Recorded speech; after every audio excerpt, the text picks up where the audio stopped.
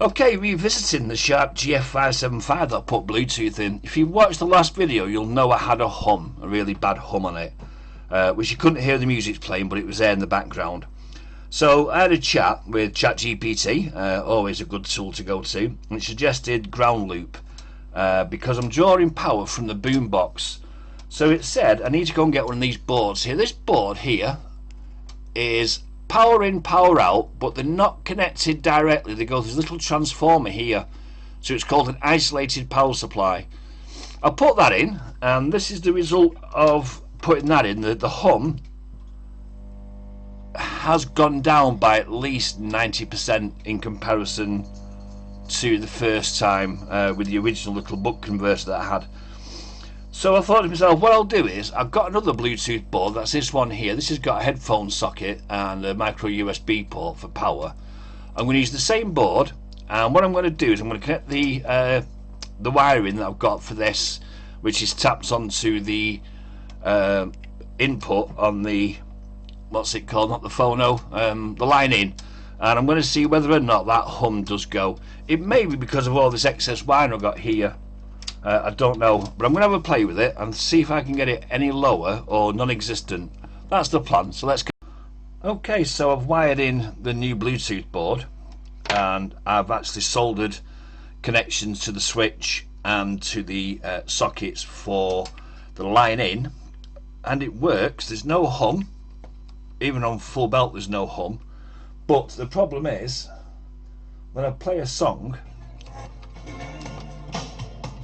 it's really quiet, which means, let me just stop that for a second, don't want a Bluetooth strike against me.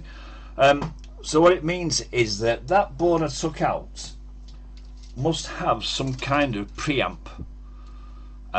This one doesn't, so it's too quiet. That's the problem with it. Or is it quiet, or is it because I've not wired it right? Just going to look at maybe putting an earth line on to see whether or not it needs an earth connection. Okay, so not entirely sure what's going on now. I've changed it from the line into the phono, and I've got a little tiny bit of noise, but if I play music,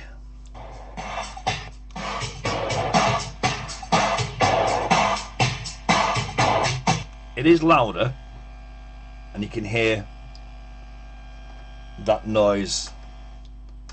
So I did plug this into the headphones and the line in sockets with one of those headphones to RCA connections, and it worked, you know, really well.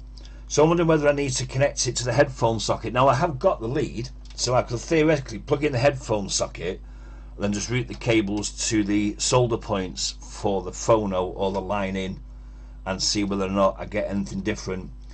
What I'll do first though is I'll look at that board and see if I can tap onto that board, because the headphone socket may be preamped as opposed to the connections on the board. Okay, time to start again from scratch and see if I can get this blooming thing to work. Well guys, looks like we cracked it. Just show you that down there. So that's the headphone lead, and I've wired it directly onto the contact points for line in, so that bypasses the plugs at the back. And does it work? Let's turn it down, play some music. You can see we've got a bit more of a display going there as well now.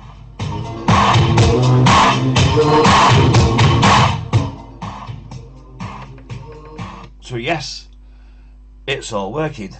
I'm absolutely chuffed to mint balls with that, I can tell you right now. Also, you may notice Bluetooth board here flashing away to itself there, if you can see a little bit of light. What I've done is I've wired it to the switch, so when you turn it off, the Bluetooth board goes off. Before it was wired permanently in, so as soon as you plugged in the power, Bluetooth became active. So having it hooked to the switch now over here means that, as you can see, and it tells me, the Bluetooth device is connected successfully. Has connected successfully, which is really good. So yeah, if you want to add Bluetooth, in fact, before I do that, let me just show you the cable at the back in case you're having a bit of a wonder about it. The other thing is, of course, I've fitted JTAG connectors here. JTAG, whatever they're called, JTCs, which means that in theory, I could just take this out, put it to one side, and I can take the Bluetooth out. Simple as that. Let me just take this over and I will try and show you where I have attached it to. I'm not sure how easy it's going to see, but we'll have a look. I'm going to flick it over here and then flick it over again like this, and you may be able to see, there we go, just there I've tapped onto green is the earth, white and red are left and right respectively.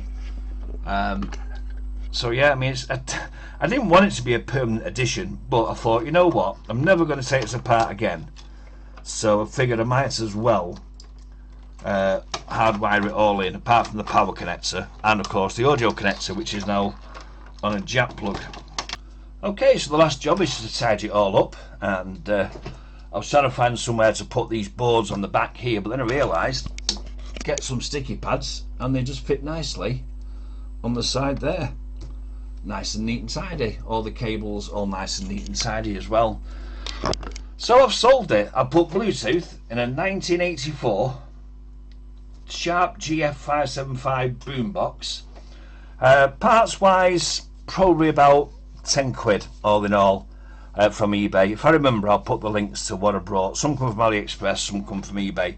The links might also be in the first video. If you've not watched it, I'll drop a link to that one down there if you're interested. But I'm chuffed to mint balls. It's been a great learning lesson, and hopefully it will give you the incentive to get your boombox taken apart and bring up to date with a little bit of Bluetooth.